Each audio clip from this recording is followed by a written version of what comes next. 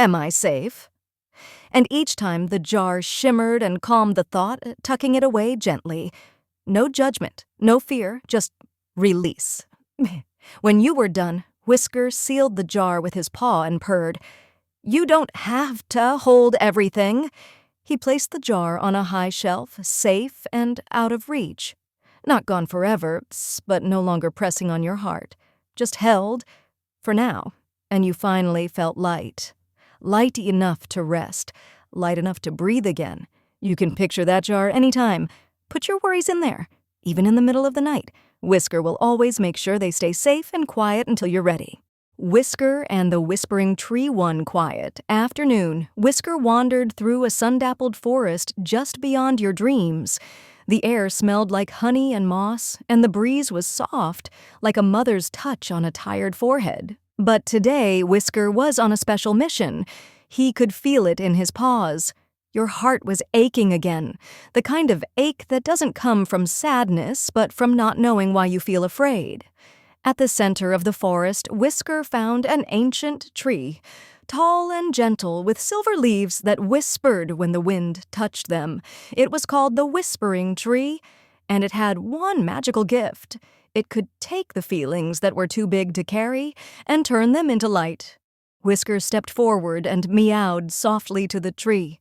"My human is scared again and doesn't know why." The tree creaked kindly and said, "Then let's listen to their heart." And just like that, a warm wind blew from the tree and reached you, wherever you were. You closed your eyes, maybe even just for a moment. Your heart spoke quietly, "I don't want to feel this fear again. Why does this come back? I want to feel peace." And the tree heard you. Its silver leaves shimmered, and slowly, one by one, your feelings drifted upward into the branches. Not erased, not forgotten, but held gently by nature, like lullabies sung by the wind. Whisker watched quietly, his tail wrapped around his paws. He didn't rush anything, he just stayed. While the tree took care of your pain for a little while. And when it was done, the Whispering Tree dropped something small and glowing at Whisker's feet. A leaf made of light. Whisker brought it back to you, placed it on your chest as you lay in bed, and purred, "You are not broken. You're just carrying more than your heart was meant to hold alone. Let the earth help. Let me help." And as sleep gently carried you away again, the leaf of light warmed your chest, and the forest whispered, "You are safe. You are loved. You are—" Whisker and the starlight blanket one evening, orange fluffy Whisker sat on the rooftop of a quiet cottage, his tail curled around his paws, watching the sky turn from soft blue to velvet purple. The stars began to appear, one by one, like tiny twinkles from old friends saying hello. But tonight, Whisker noticed something. The human inside, you, felt a storm in your heart, the kind that doesn't show outside, but it shakes the whole inside world. He felt it too. He always does. So Whisker stood up, stretched his paws to the sky, and whispered, "Stars, my friend needs peace tonight." The stars shimmered gently and answered with a magical sparkle. One by one they floated down, soft glowing lights, and wrapped around Whisker like a blanket. He jumped down, quiet as a dream, and padded gently to your room. You were there, lying still, heart racing. Whisker leapt onto the bed, his purring warm and steady. He unfolded the starry blanket and placed it over your chest. It wasn't heavy, it felt like safety, like peace, like everything was going to be okay. As the blanket settled, so did your breath.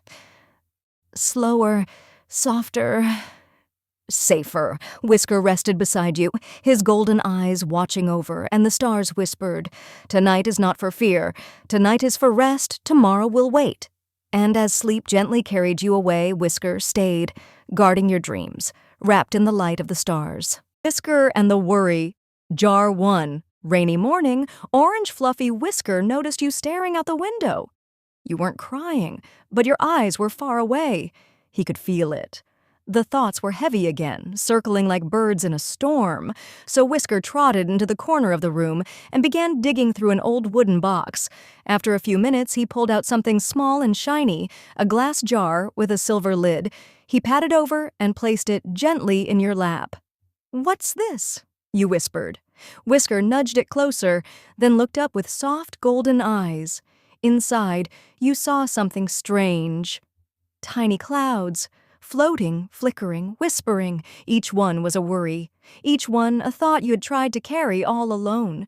He meowed once, soft, like a lullaby, then motioned to your heart, and you understood. You placed your hand on your chest, then carefully took one worry out and whispered it into the jar. "What if I'm not okay?" The jar glowed, then trod the worry into stillness. One by one, you whispered more. "Why do I feel scared for no reason?